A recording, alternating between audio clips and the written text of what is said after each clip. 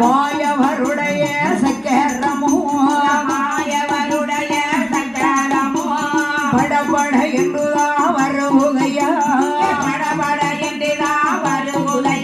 ஆதி பச்சை மாருடைய சக்கரமோ என் பெருமாள் சக்கரம் வரவே அந்த சக்கரத்திற்கு பயந்து கொண்டு அசுரர் எல்லாம் எங்கே ஓடி ஒளிந்தார்கள்? எங்கமா ஓடி ஒளிஞ்சாங்க? பாதாள லோகத்திலே ஒளிந்தார்கள்.